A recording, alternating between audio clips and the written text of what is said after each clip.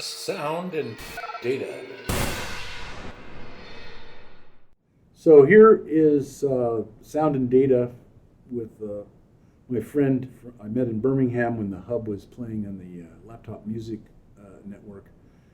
And we had some very interesting conversations. Konstantinos Vasilakos. Yeah, this is why. What you say? What's your name?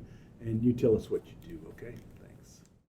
Well, I'm Konstantinos Vasilakos. I am a composer, performer of electroacoustic music, and mainly doing improvising with computers.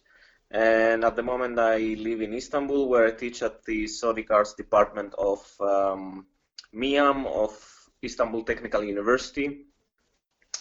I'm interested into live coding and sonification and improvising in this context by using data that wasn't necessarily created for a musical context, but data that came for scientific projects. For example, my latest project is entitled Dark Matter, and it involves sonification of data from the Large Hadron Collider at CERN.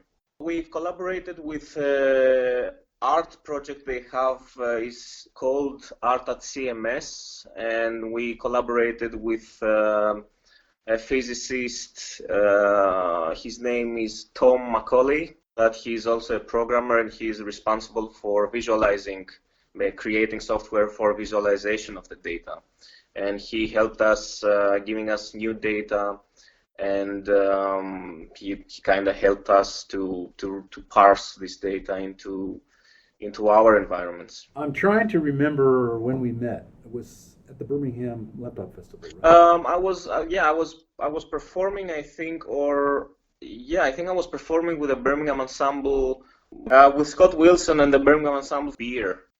So did you take this experience in Birmingham to your new and current job? Yeah, I've actually with this experience from UK, when I came here, I created my own ensemble called ICE, which is Istanbul Coding Ensemble. It's always funny names for some reason. Are you using PD Max or only Super Collider?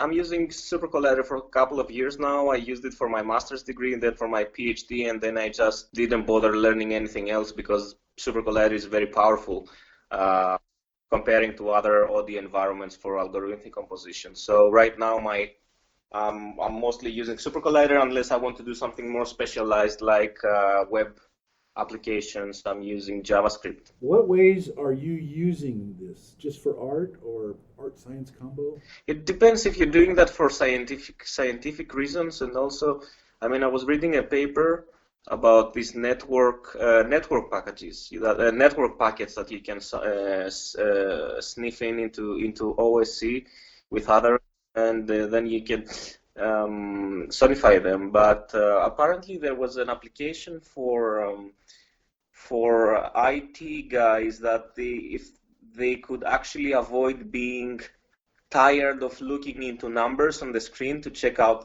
how the network is going on, and then they could a monitor guy, he could actually hear if the network was actually healthy or not. Are you doing science or art or both is the real question. I'm mostly interested into the data as a raw material to create a piece.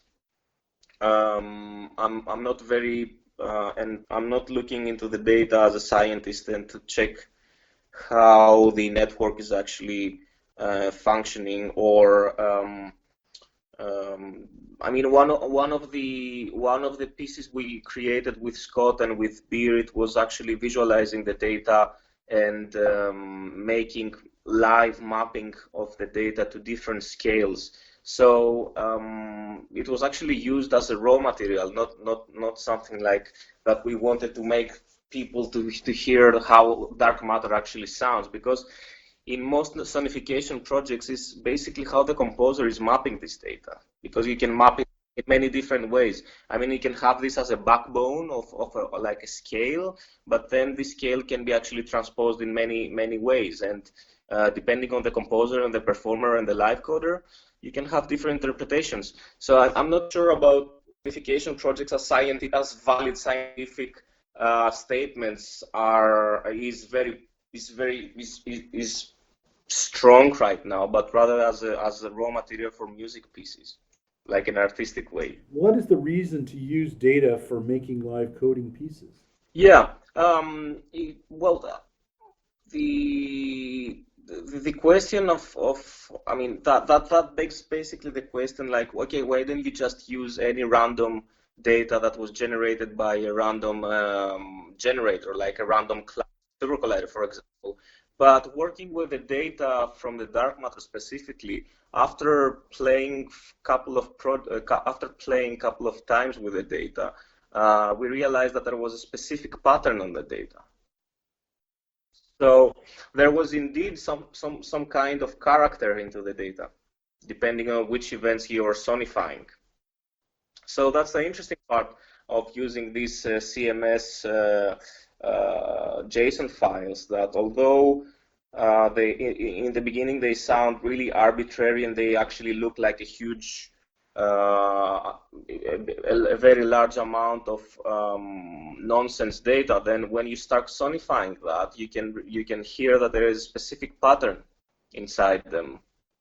I mean, live coding is basically about responding to something that is happening in real time, right? So actually, you're listening to something, and then you respond to that, and you change that.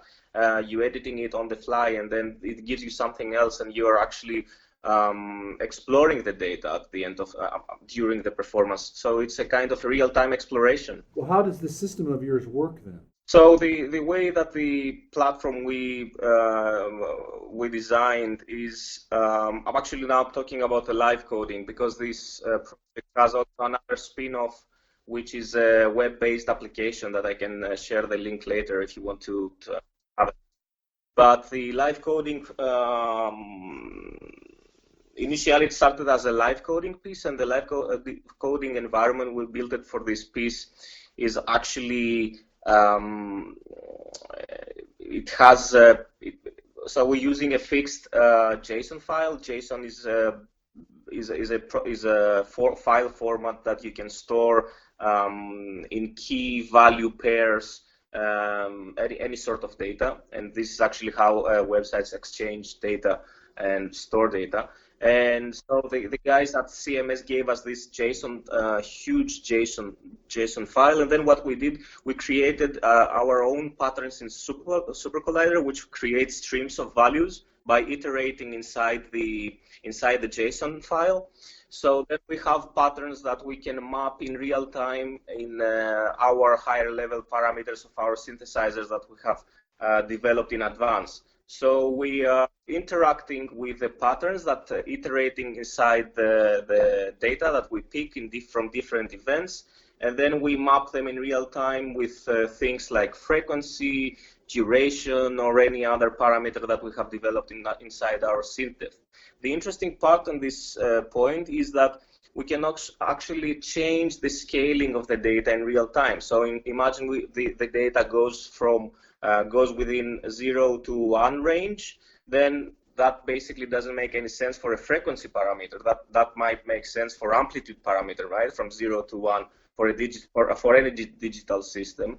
But for frequency, that doesn't work. So actually, the live coder, the performer, can create the scales of this iteration of numbers into any range that he desires in real time. So you use specific ways of choosing parts of the data to map the different parameters in this thing? Yeah, sometimes, I mean, personally, I don't know what the other live coders do, but personally, I like to map this data to transpose this data into a certain scale that Super Collider actually offers. So it can be Aeolian, it can be Ionian, or it can be major or Mixolydian or whatever. So sometimes I like to have this kind of known scales of music, let's say, so not clearly arbitrary intonation. So sometimes I do this trick, yes, rounding to some known values. Yeah, I was. The system that we're using currently for this piece.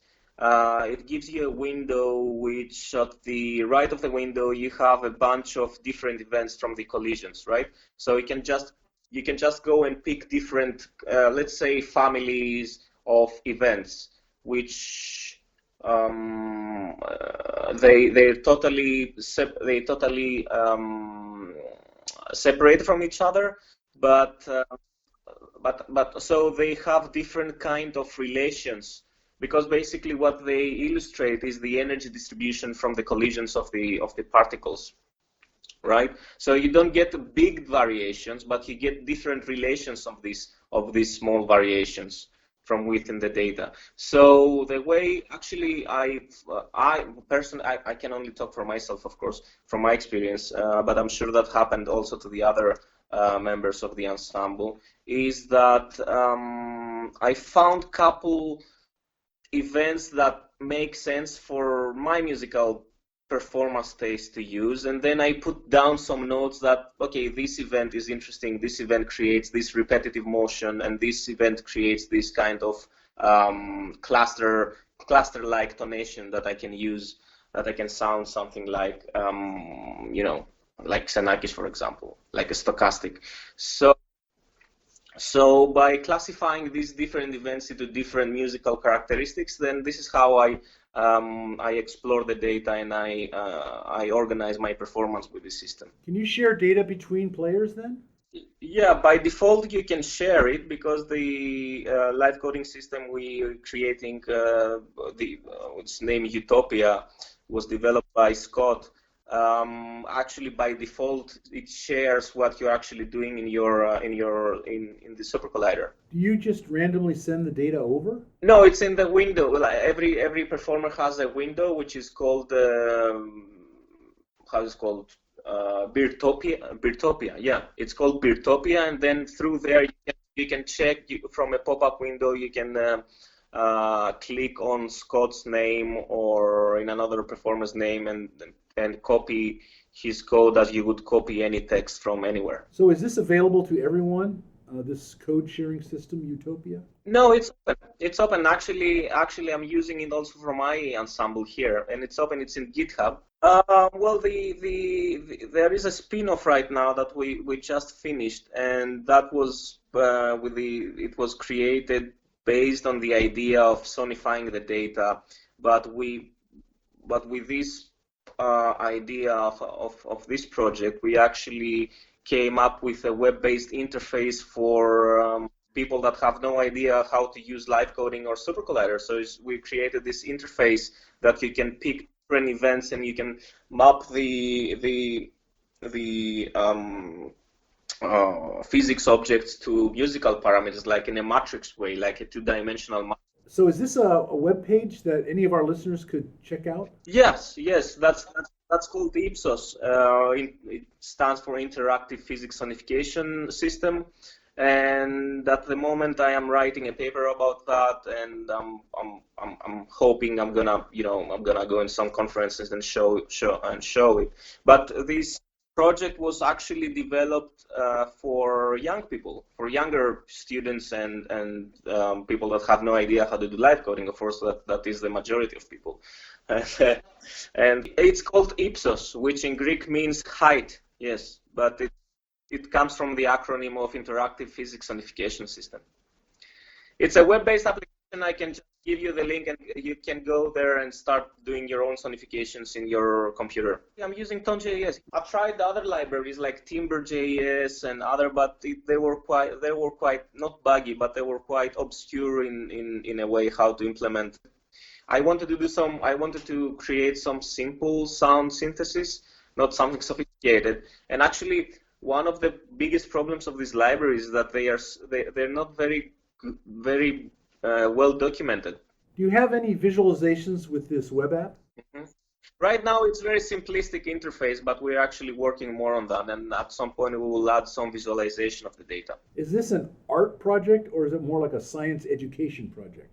Yeah, well, primarily this project started as an educational outreach project. So as I said, I already did some workshops in Turkey, and Scott is also doing some demonstration in other schools in the UK, and we primarily developed that for young age students. So that's something we have in mind, that to make it more friendly, basically.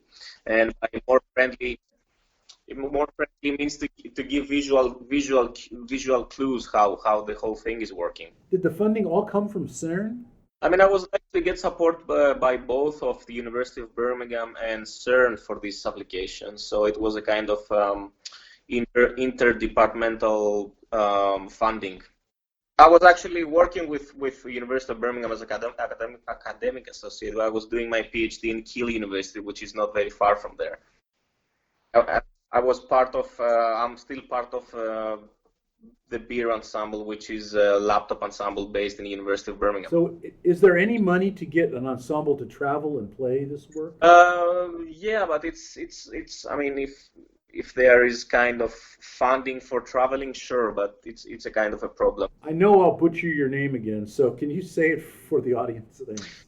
Konstantinos Vasilakos. Thank you so much, Konstantinos, for your time, and I know there is much more to cover, and we just have to do this again sometime.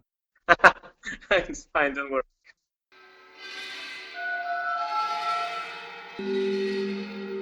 Assess sound and data.